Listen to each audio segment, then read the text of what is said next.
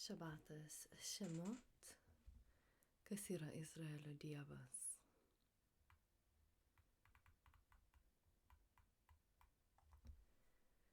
Hasefer Šemot. Šiandieną skaitome iš įvadinės parašos Hasefer Šemot. Šis hebrajų kalbos žodis reiškia vardai. Perskaitę tai galime užduoti keletą klausimų. Kodėl Adonai Elohim po tiek metų sureagavo į savo pavergtų žmonių kančias? Kodėl Adonai tiesiog nepanaudojo savo galios mus išgelbėti, nekvietęs Mošę? Kodėl Adonai Elohim sukietino faraono širdį arba leido tai įvykti, užuot paskatinęs jį elgtis teisingai ir išlaisvinti mūsų tautą? Kas kalbėjo Mošė iš degančio krūmo? Kodėl, kai jo paprašė prisistatyti, jis pasakė Ahe, Aše, Ahe, reiškiantį aš esu tas, kuris esu. Paslaptingas atsakymas, painus, ezoterinis. Ar Adonai Elohim yra sąmoningai paslaptingas, ar čia galima rasti gilesnę prasmę? Sefer Šemot apima du pagrindinius mūsų tautos istorijos pasakojimus. Pirmasis pasakojimas aprašo mūsų išėjimą iš Egipto, o antrasis Adonai Elohim dovanota Torą, įskaitant amžinąją sandorą, kurią jis sudarė su mumis, jo įsakymus ir nurodymus, jo šventes ir šventasias dienas.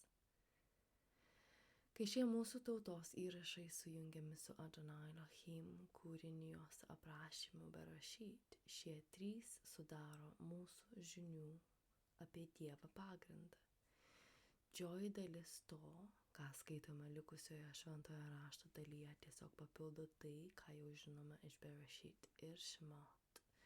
Tai mums primena tradicinės palaiminimo maldos, skaitomas kartu Šema, 3 dalys įtrauktos į eilutes, paimtas iš Devarim 6, 4, 9, 11, 13, 21 ir Bamidbar 15, 37 eilutė iki 41. Vahaja im Shemoa. Tai bus taip, jei jūs klausysite uoliai, sako po Šema ir Vjaftą, ir žada atlygį tiems, kurie tarnauja Adonai Elohim visą širdimi, protu ir jėga. Ir jei jūs tikrai klausysite įsakymų, kuriuo aš jums šiandien duodu, kad mylėtumėte viešpatį savo Adonai Elohim ir tarnautumėte jam visą širdimi ir visą sielą, aš duosiu lietų jūsų žemei, ankstyvą ir vėlyvą lietų, kad galėtume surinkti savo grūdus, vyną ir aliejų. Aš duosiu žolę jūsų laukuose, jūsų galvijams ir jūs valgysite ir būsite sotus. Saugokitės, kad jūsų širdis nebūtų apgauta ir jūs nesugrįžtumėte tarnauti kitiems dievams ir garbinti juos.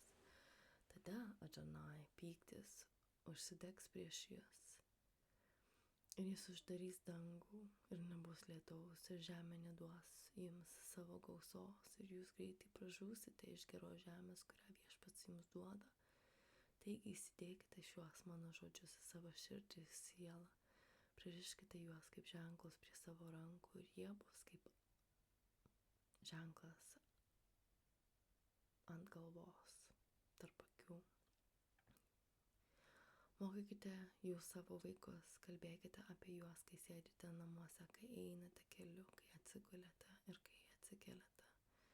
Ir užrašykite juos ant savo namų durų staktų ir ant savo vartų, kad pratęstumėt savo ir savo vaikų dienas žemėje, kurią viešpats pažadėjo jūsų tėvams duoti jiems, kol dangus bus virš žemės.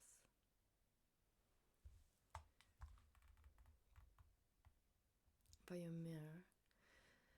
Trečiasis skaitinys įspėja apie blogą polinkį ir kalba apie cicit kaip priminimą, kad reikia laikytis visų Adonai Elohim įsakymų. Ir viešpats kalbėjo Mošė sakydamas, kalbėk Izraelio vaikams ir sakyk jiems, kad jie turėtų pasidaryti cicit savo drabužių kampuose per visas kartas ir kiekvienam kampui cicit pridėti mėlyną siūlą. Jie bus jums cicit ir kai žiūrėsite į juos prisiminsite visus viešpats įsakymus ir juos vykdysite, o neseksite savo širdimi ir akimis, kurios jūs nuklaidina, kad prisimintumėte ir vykdytumėte visus mano įsakymus ir būtumėte šventi savo Dievui. Aš esu viešpats, jūsų Adonai Elohim, kuris išvedė jūs iš Egipto žemės, kad būčiau jūsų Dievu. Aš esu viešpats, jūsų Dievas, mūsų Adonai Elohim. Tačiau raktas į visos Toros supratimą yra susijęs su vienu teiginiu, kurį lengva praleisti, nes yra tiek daug įvykių ir stebuklų. Kas yra tas raktas? Kas yra tas Adonai Elohim, kuris girdi mūsų šauksmus ir pašaukia Mošę, kad išvestų mus iš Egipto? Kodėl nors mes turime daug Dievo vardų, jis save vadinasi tiesiog Ahie, Eše, Ahie. Šimot, 3:14. Aš esu tas, kuris esu. Vienas iš mūsų šiuolaikinių rabinų pastebėjo, kad jei Šimot knyga būtų roko opera, ji galėtų prasidėti nuo to, kad Bina Israel vargais susibūrė ir dainuoja žodžius, kuriuos Bonnie Tyler išgarsino 80-aisiais. Holding Out for a Hero. Autoriai Jim Steinman ir Dean Pitchford. Kur dingo visi geri vyrai ir kur yra visi dievai? Kur yra išmintingasis Heraklis, kuris kovotų su didėjančiomis kliūtimis? Ar nėra balto riterio ant ugninio žirgo? Vėlai naktį aš vartausi ir sukiojuosi ir sapnuoju apie tai, ko man reikia. Man reikia herojaus, aš laukiu herojaus iki nakties pabaigos. Jis turi būti stiprus ir greitas. Jis turi būti šviežiai po kovos. Ar kada nors susimąstėte, kiek iš išėjimo pasakojimo, ypač atsižvelgiant į tai, kaip mes tradiciškai jį mokame ir apie jį kalbame, mus apibūdina kaip visiškai pasyvius. Pagalvokite apie tai dabar. Ar mes kolektyviškai laukiame herojaus? Ko mes laukime? Ar mes tiesiog priėmėme vergijos naštą, be galo sunkiai dirbdami, lauždami nugarį ir kentėdami skausmą, kankinami dykumos saulės, kad patenkintume žiauraus faraono, kuris nepažinojo Josefo reikalavimus. Ir žodis vartotas hebrajų kalba, jie nepažinojo. Tai yra ne taip, kad jisai nepažinojo Josefo, jisai nepažinojo jo artimai, jisai nebuvo jam artimas ir nepalaikė artimų santykių kaip faraonas prieš tai.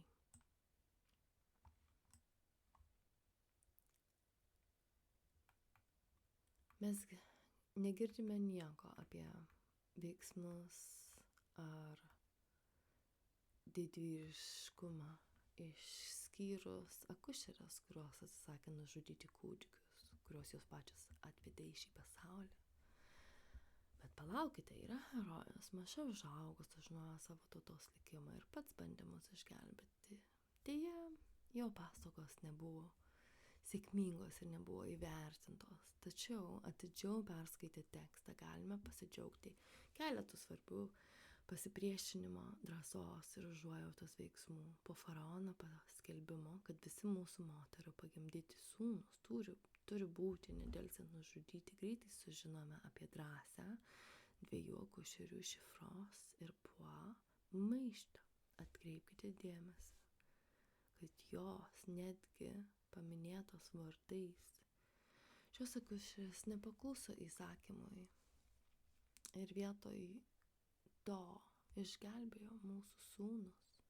Kai karalius jas apklausė, jos numojo ranką į jos susirūpinimą, iš esmės atsakydamas, kad hebrajų moterys yra kitokios, jos gimdo greitai, net nespėja atkeliauti pas jas, kol jau būna pagimdžiusios. Taigi, jos buvo ne tik drąsios, bet ir protingos moteris. Tekste apie šias dvi moteris daug informacijos nėra. Manome, kad jos buvo hebrajos, bet galėjo būti ir egiptietės. Taip pat įmanoma, kad pasakotojas mini dviejų akušerių apžiūrėtojų vardus arba akušerių gildijų pavadinimus. Bet kuriuo atveju svarbu pastebėti, kad faraono vardas nėra paminėtas. Bet šių dviejų moterų vardai yra išsaugoti mums kaip priminimas. Jos yra pagerbtos už savo elgesį. Ir iš pažiūros atrodytų kaip nereikšmingi asmenys, ar ne? Akušerės. Bet net nereikšmingi darbai, nereikšmingos pozicijos gali padaryti labai labai didelę įtaką.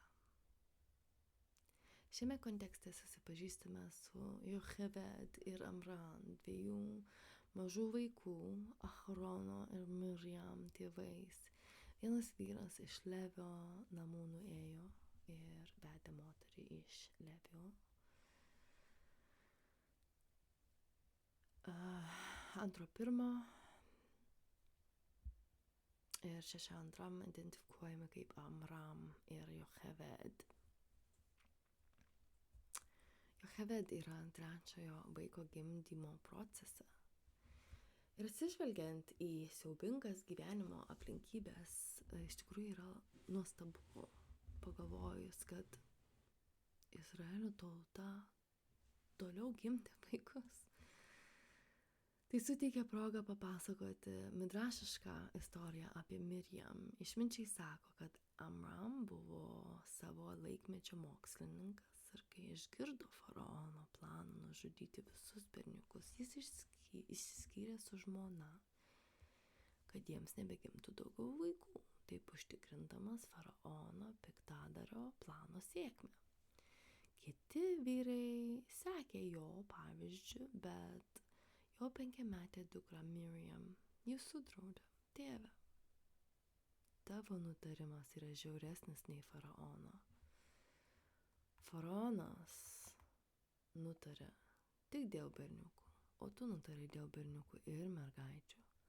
Faraonas paskelbė dekretą tik šiam pasauliui, bet tu paskelbė dekretą tiek šiam pasauliui, tiek kitam, nes kūdikis, kuris gimė ir mirė dėl faraono dekreto, pateks į kitą pasaulį. Žinome, kad Jocheved drąsiai pagimdė berniuką, atsisakydama leisti jį nužudyti, jį slėpė jį 3 mėnesius.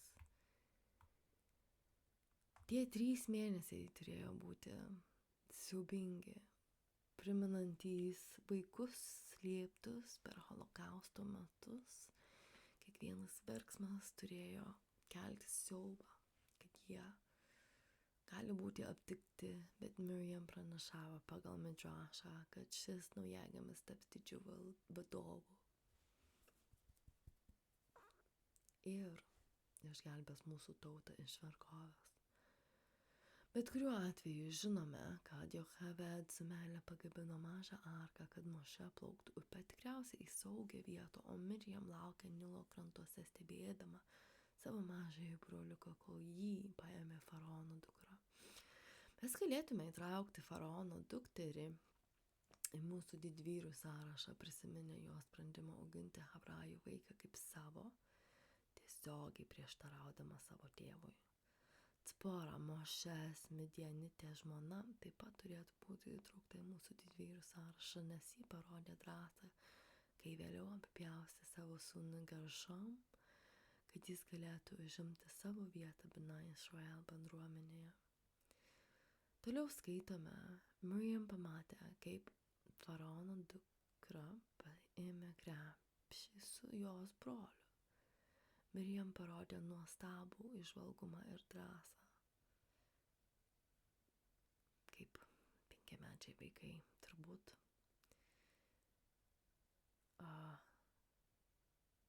Drąsos jai gal ir netrūko, bet įžvalgumas, tai jau čia tikrai atėjo iš Hašem. Bet jį priejo tokio amžiaus prie princesės Egipto ir klausė, ar ji norėtų hebrajų auklės kūdikiui. Kai princesė sutiko, Miriam atvedė Jocheved, savo mamą, Moše mamą. Taigi tikrai bent jau pirmosius savo gyvenimo metus Moše buvo auklėjamas ir mokomas savo motinos. Tikėtina, kad Moše ir jo šeimos santykiai tęsiasi bent jau dalį jo vaikystės, formuodami jį kaip žmogų ir ugdydami jame supratimą apie vienintelį tikrą Elohim. Taigi yra 6 moteris, 2 kušerės,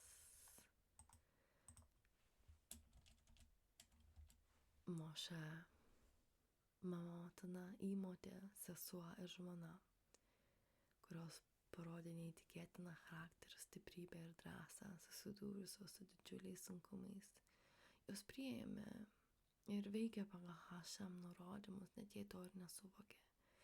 Nė viena iš jų nelaukė, kol joms į pagalbą ateis sumanusis Heraklis ar baltasis riteris ant žirgo.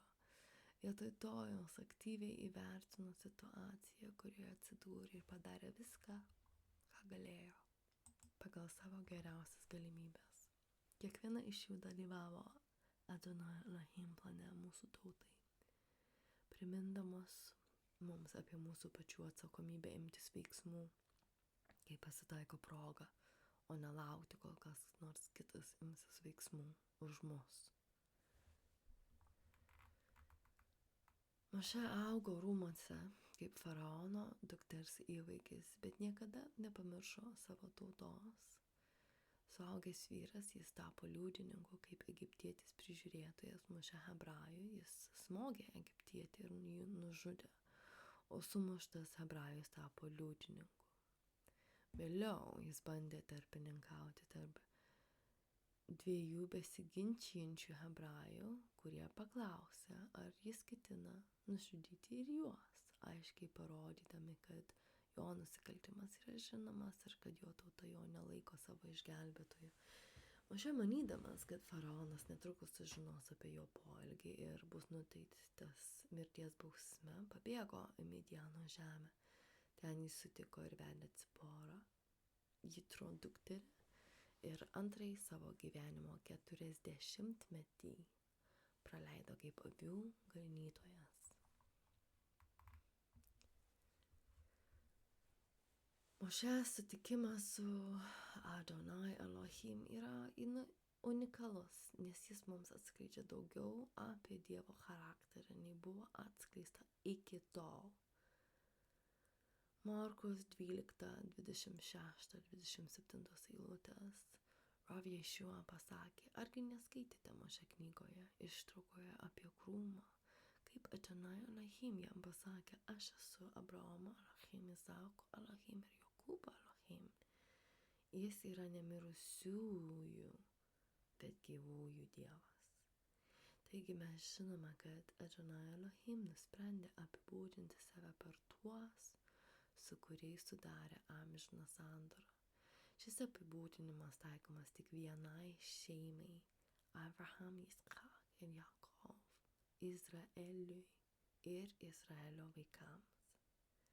Kadangi Moše yra vieno iš Jakov sūnų, Levio palikuonis, Adonai Elohim apibūdina save kaip Moše ir jo tautos Dievą.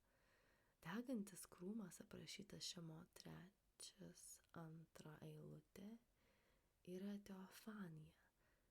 Dievo apsireiškimas žmonėms matoma forma. Krūmas greičiausiai buvo kažkoks erškėčių ir dygliuotų krūmų rūšis, o krūmą dengusi ugnis buvo pats Dievas, kuris atsirado jam liepsnojančiose ugnies liepsnose. Iš šio susitikimo mes sužinome dar daugiau apie Dievą. Tai pirmas kartas raštuose, kai Adonai apibūdinamas žodžiu kadoš 5 eilutėje. Degančiame krūme Adonai Elohim galingai atskleidė savo šventumą taip, kaip nebuvo parodęs per visą Berešit. Mošė buvo taip sužavėtas šiuo patyrimu, kad vėliau rašydamas savo garsėją pergalės giesmę, jis specialiai paminėjo šį unikalų Hašem dieviškai bruožą – šventumą. Kas iš dievų yra toks kaip tu, viešpatie? Kas yra toks kaip tu? Didinga šventumu, nuostabus šlove, darantis stebuklus. Šemot 15:11. Kodėl Adonai Elohim apsireiškė Mošė iš degančio krūmo? Pirma, Adonai Elohim apsireiškė kaip ugnis. Ugnis yra apvalymo ir taigi jo šventumo simbolis. Visose šventosiuose raštuose ugnis naudojama Dievo šventumo apvalymo ir gynimo savybei pavaizduoti. Vėliau jis ves savo tautą Izraelį ugnies stulpo pavidalu. Čia, kaip ir dar vieną savo unikalio šventumo įrodymą, Adonai Elohim sako Mošė nusiimti sandalus, nes vieta, kurioje stovi, yra šventa žemė. Adonai pabrėžė Mošės skirtumą tarp dieviškojo ir žmogiškojo. Mūsų Dievas yra transcendentinis savo šventumu, todėl Mošė nebuvo leista prieiti prie jo. Šventumas reiškia atsiskyrimą nuo to, kas yra mažiau šventa. Adonai Elohim reikalauja, kad mes matytume jį virš ir atskirai nuo kūrinijos.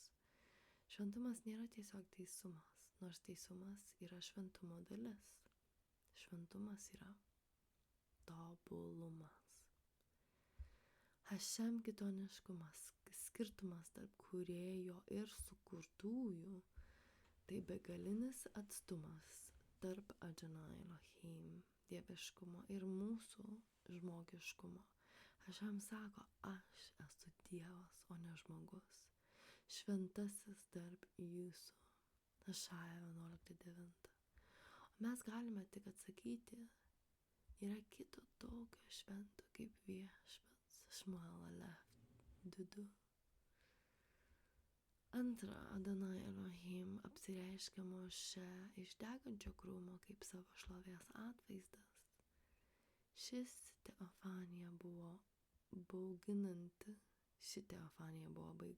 kaip paaiškino pats Mošė. Bet jos tikslas buvo parodyti Dievo didybę ir tarnauti kaip matomas priminimas Mošė ir jo tautai ateityje.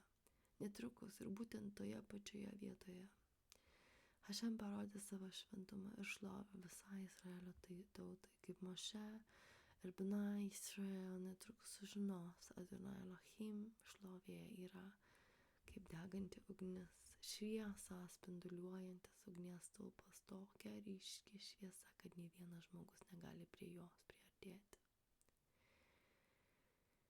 Mums leidžiama pamatyti kitą Dievo charakterio savybę, jo chesed ir rachamim. Jis rūpinasi savo tautos Izraelio kančiomis. Tai buvo pirmas kartas, kai Hašem pavadino Izraelio tautą mano tauta. Jis nebėra tik Abraham, Yitzchak ir Jakov Dievas. Egipto priespaudoje ir vergovėje mūsų tauta neturėjo jokios vilties, išskyrus Adonai Elohim. Ir jie negalėjo nieko kito daryti, tik kreiptis į jį, tikėti juo ir pasitikėti, kad jis ateis jiems į pagalbą. Mums sakoma, kad Adonai Elohim išgirdo juos ir dabar pradėjo procesą, kuriuo jis išlaisvino iš vergovės ir kančių. Nors Hašem apsireiškė kaip tas, kuris gyvena nepasiekiamoje šviesoje, degantis krūmas simbolizavo jo ketinimą nesunaikinti ir pražudyti savo tautą, bet būti jų gelbėtoju, išvesti juos iš vergovės Egipte į žemę pažadėtą patriarchams Abraham, Izchak ir Jakov. Dievas apibūdina save dar plačiau kaip Ahie Asher Ahie. Hašem pasakė Moše, aš esu tas, kas esu. Tai turi pasakyti Izraelitams, aš esu, mane pasiuntė pas jūs. Iš tiesų tai nėra vardas, o beribis apibūdinimas. Egiptiečiai iš visos kitos tautos bei nacijos, išskyrus Izraelį, turėjo daug dievų su daugybė skirtingų vardų ir žinoma visi jie turėjo konkrečius atvaizdus. Logiškai Moše norėjo sužinoti Elohim vardą, kad jo tauta žinotų, kas tiksliai jį pasiuntė. Elohim nepateikė asmeninio vardo, kuriuo jis galėtų būti vadinamas, bet apibūdina save kaip amžinąją galią ir nekintanti charakterį. Aš esu tas, kuris esu. Skelbia mūsų Adonai Elohim. Jis yra savaime egzistuojantis, be pradžios, be pabaigos, identifikuodamas save kaip aš esu. Adonai Elohim paskelbė, kad jis visada egzistuoja dabartyje, nesuvaržytas laiko ar erdvės kaip mes žmonės. Niekada nebuvo laiko, kai Hašem neegzistavo. Jis neturi fiksuoto taško, kada jis gimė ar buvo sukurtas. Jis neturi pradžios nei pabaigos, bei apima visas pradžias ir visas pabaigas. Jis yra Alef ir Tov, pirmasis ir paskutinysiais. Ir aš manau, yra išmintinga priimti ir suprasti tai, kad yra daug dalykų šiame pasaulyje, kurių mes nesuprantame pilnai. Galbūt tu nesupranti pilnai, kaip elektra veikia. Arba kaip, kai išsiunti SMS žinutę, atsiduria kitame telefone. Galbūt netgi kitoje pasaulio pusėje. Galbūt nesuviki pilnai, kas tai yra gyventi su chroninė liga. Arba kaip mikrobai veikia. Bet visi šitie dalykai yra žmoniški dalykai ir kiti žmonės galbūt tai supranta geriau. Šiaip vienas iš nuostabių dalykų apie kitus žmonės yra tai, kad mes galime pasidalinti pasaulio krūviu, nes vienam žmogui viskas būtų per daug, mes negalime viską žinoti. Mums reikia pasidalinti, nes kiekvienas iš mūsų turi savo paskirtį. Tai jeigu mes nesuprantame pilnai žmogiškų pasaulinių dalykų, aš manau, kad mes turėtume priimti tą faktą, kad mes nesuprantame pilnai Dievo. Mūsų limituoti smegenys suvokimas niekada negalės pilnai suvokti Dievo, iki kol jis neatnaujins mūsų ir mes neteisime į tą tašką, kur galbūt mes galėsime jį suvokti pilnai. Bet tai nereiškia, kad mes nežinome ar nesuprantame faktų apie tą informaciją. Įjungi lempą ir jį šviečia, ar ne, išsiunti žinutę ir jinai nukeliavo. Kitas žmogus ją gaus. Vien dėl to, kad tu galbūt visko nesuvoki, tai nereiškia, kad tu nesupranti faktų. Ir aš vėl pakartosiu vieną iš svarbiausių faktų. Mūsų Dievas, tas, kuris sukūrė visą visatą, tas, kuris sukūrė kiekvieną žmogų, kiekvieną gyvūną, kiekvieną mikrobą, kiekvieną talentą. Ir kiekvieną vakarą nupaišo mūsų dangų skirtingai. Tas Dievas egzistuoja dabartyje, bet yra nesuvaržytas laiko ar erdvės.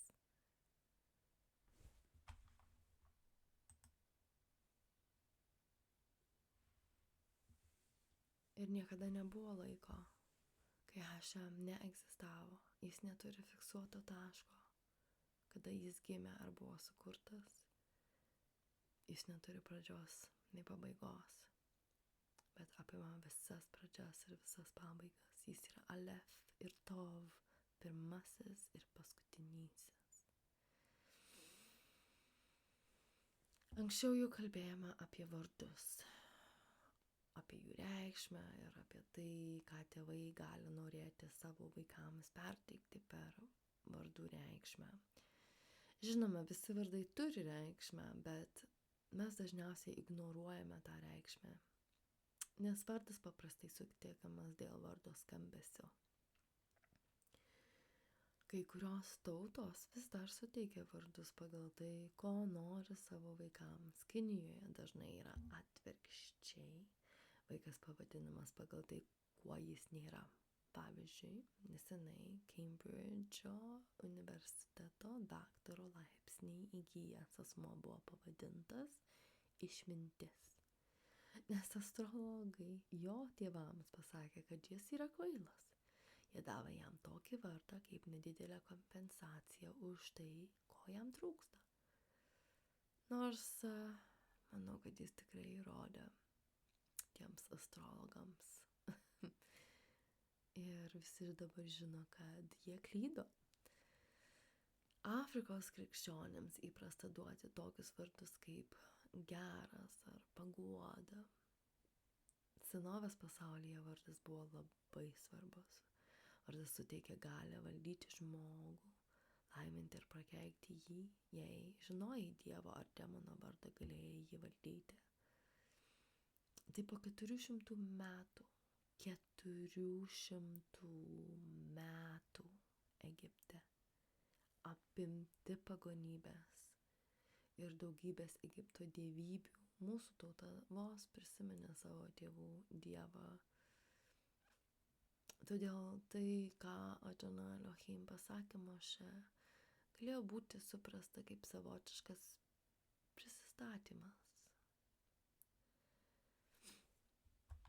Šamot 3:13 nuo 15 iki 15 eilutės Moše pasakė Dievui, tarkime, aš einu pas Bnai Israel ir sakau jiems, jūsų tėvų Dievas mane pasiuntė pas jūs, o jie manęs paklausė, koks jo vardas. Tada ką aš jiems pasakysiu?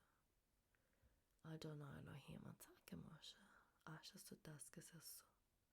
Štai ką turi pasakyti Bnai Israel, aš esu, jūs atsiuntė pas jūs. Mane atsiuntė pas jūs. Čia klaida. Paskaitykime dar kartą. Štai ką tu turi pasakyti Bnai Israeliui.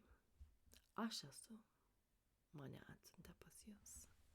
Bet Adonai Elohim taip pat tarė Moše, pasakyk Bnai Israeliui, Adonai Elohim, jūsų tėvų Dievas, Abraham Elohim, Yitzchak Elohim ir Jakov Elohim, pasiuntė mane pas jūs. Tai yra mano vardas per amžius, vardas, kuriuo jūs mane vadinsite iš kartos į kartą.